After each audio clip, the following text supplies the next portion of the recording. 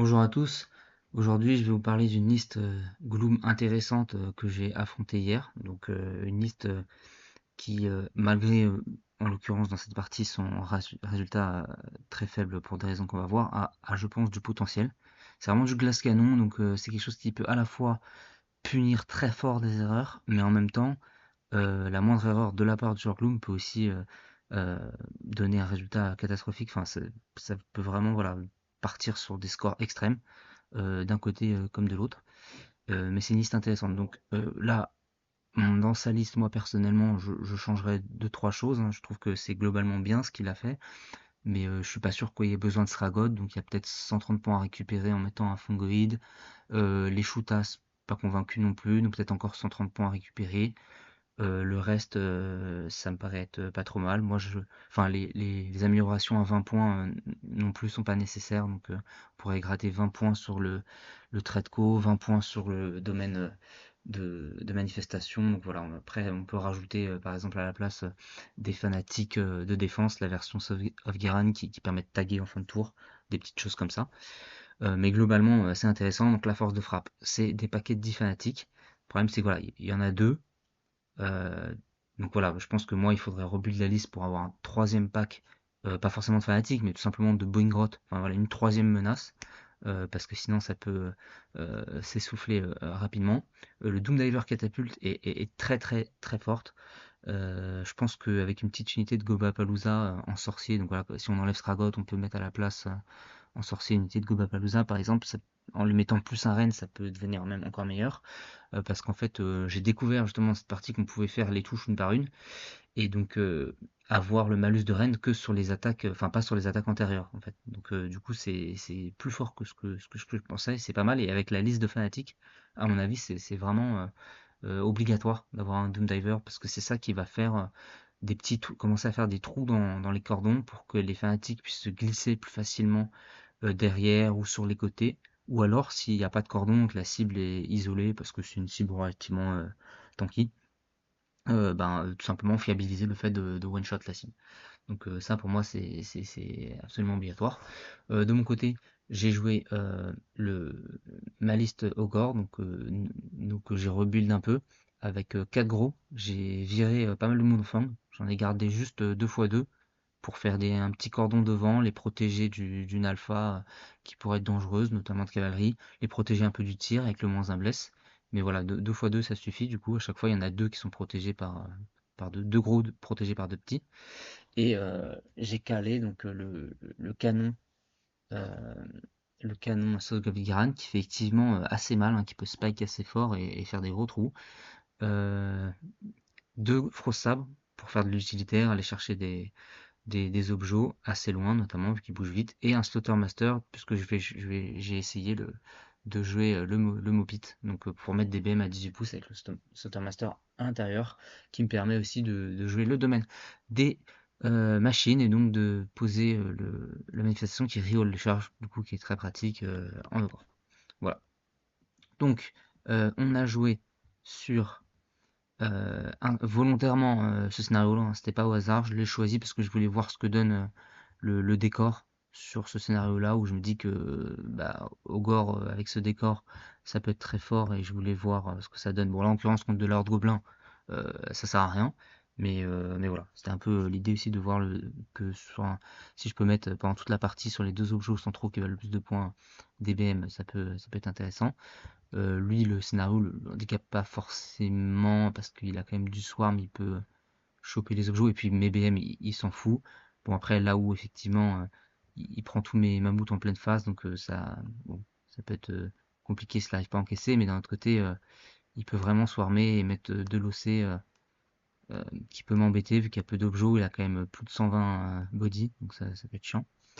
Et en fait, là, j'ai hésité. En fait, il y avait deux possibilités, soit le laisser commencer, mais justement, comme il y a très peu d'objets, qu'il a 1 milliard d'OC, j'aurais pas pu le récupérer derrière avec mes moins de fin, donc j'aurais été obligé d'envoyer mes gros pour scorer, et ça pouvait être dangereux parce que derrière, dès le début, j'aurais mes gros enlisés dans des gros paquets, Et après, ils sont tout seuls au milieu de la pampa, sans avoir assez de niveau de prière pour avoir ma ward à 5 tout de suite, et donc exposé à 10 fanatiques, plus la Doom Diver, et commencer à me faire exploser mes gros directs. Donc j'ai eu un petit peu peur de ça.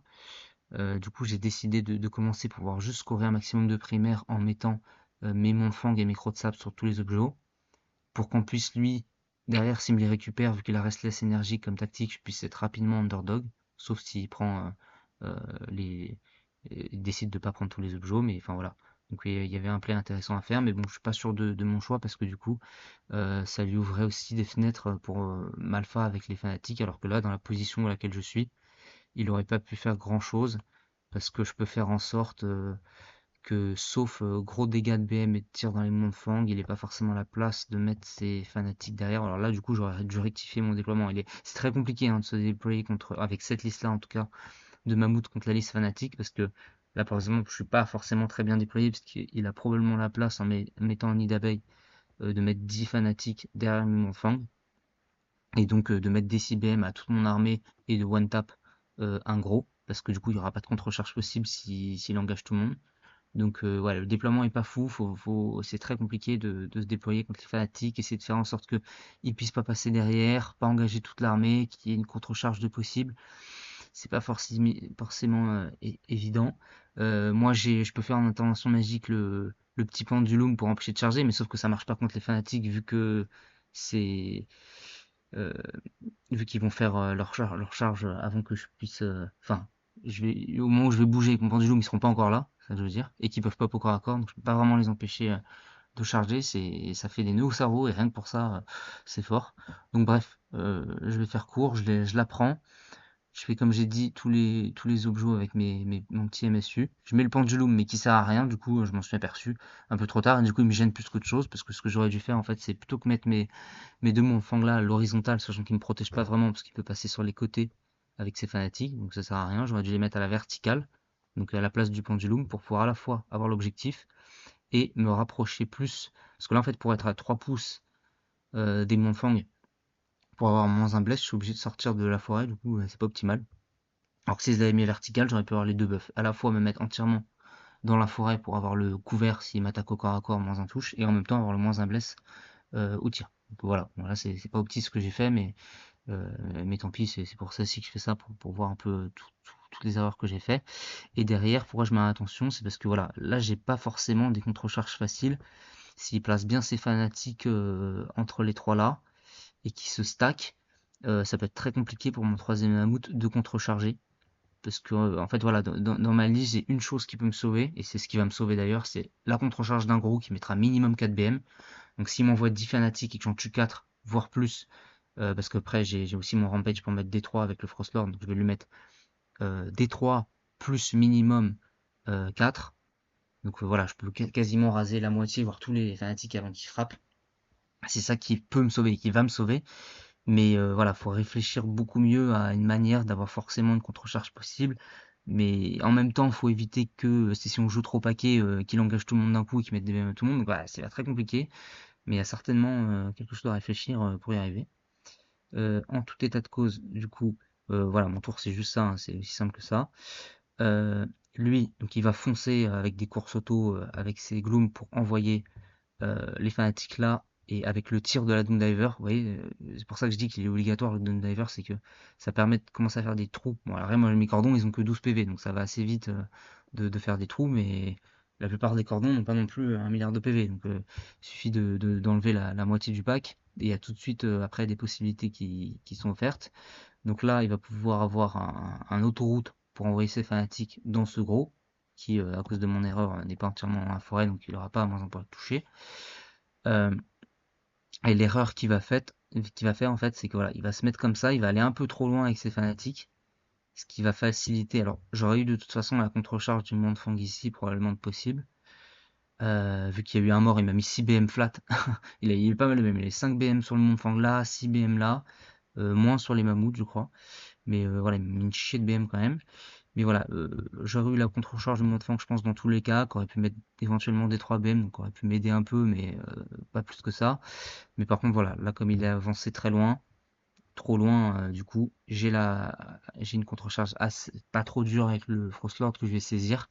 Et c'est ça qui me sauve la game en fait, parce que je vais lui mettre voilà, entre ma flore monstrueuse et les BM d'impact, il restera plus que 3 fanatiques à frapper, donc c'est pas suffisant pour tuer un mammouth. Et ce qui fait que du coup, la partie bascule totalement à ma faveur et que ça va finir après en 1-0. Mais enfin voilà, ce, ce que je voulais montrer, c'est que il aurait pas pu se passer tout à fait l'inverse en fait. Tu vois, le potentiel, il est quand même énorme. Là, s'il avait un peu mieux placé ses fanatiques, c'est moi probablement qui prenais un Vazel. Surtout que il aurait pu potentiellement avoir un double tour. Donc là, si il me one tap un mammouth là et qu'après ouais mais non parce que là du coup il a engagé pour mettre un maximum de BM, il a engagé aussi celui-là donc ouais sur un double il aurait pas forcément refrappé avec là mais il me ressort 10 nouveaux fanatiques, il me tue un deuxième mammouth. Derrière, j'ai plus que 2 mammouths pour gérer 120 body, je récupère jamais les objets en fait. Donc voilà, ça peut vite être très très compliqué pour moi. Donc c'est là où je dis que c'est une liste un peu binaire. En tout cas, c'est mon sentiment là quand je vois la partie qu'il y a eu là, c'est que c'est pris un 20Z, mais j'aurais pu me prendre un 20Z. Et j'ai pas l'impression que ça soit une liste qui fasse des scores un peu autour de entre 9 et 11 quoi. Ça a l'air d'être vraiment ça passe ou ça casse et la moindre erreur peut faire que bah, soit l'adversaire voilà, il a chié un peu enfin, il y a une faille dans le déploiement et rapidement on peut l'exploiter et faire très très mal. Soit c'est l'inverse, il y a un fanatique qui est mal placé, on prend une contre-charge ou un truc un peu chiant. Bon après là c'est exceptionnel, hein. Moi mes Ogors ils ont des BM d'impact, c'est pas le cas de toutes les armées, mais voilà. J'imagine aussi quand même qu'il y a d'autres choses qui peuvent les embêter. Tout ce qui est Strike First et compagnie notamment. Mais voilà, donc là après ça vaut pas forcément le coup d'aller plus loin dans la partie parce que du coup comme il a raté son truc, après c'est à moi de jouer, je vais mettre ma ward à 5 sur le petit caillou qui est là-bas, stacker tous mes mammouths autour, le charger fort, mettre mon OC sur l'objectif qui vaut le plus de points, et derrière en fait il aura plus qu'un seul pack de 10 fanatiques pour frapper, donc il va pouvoir one tap mon mammouth qui est là-bas qui va malheureusement pas survivre. Alors est-ce que j'aurais pas dû le mettre plus loin? Ce que j'avais fait en fait je l'avais mis là parce que je voulais pas qu'il récupère sur une course auto qui puisse se poser sur l'objet. Mais en fait il vaut que 2 points en début de partie cet objectif, donc c'est un peu con ce que j'ai fait, hein. C'est une erreur, j'aurais dû le laisser plus loin, le laisser récupérer 2 points s'il avait envie, mais faire en sorte qu'il puisse pas les choper avec les fanatiques, parce que du coup s'il vient avec ses 10 fanatiques près des 3, j'ai plus de chance après de les gérer, parce que même s'il fait un double, en fait, il sera dans la portée du Mopod, donc j'en tuerai des 3 en face de héros. Je pourrais faire des interventions magiques avec tous mes prêtres qui sont par là pour mettre des Nova et en tuer aussi. Donc en cas de double, il y a moins de danger pour moi, et après, j'ai un mammouth plus près pour les gérer si besoin. Ou j'ai mon canon, enfin voilà, plein de choses.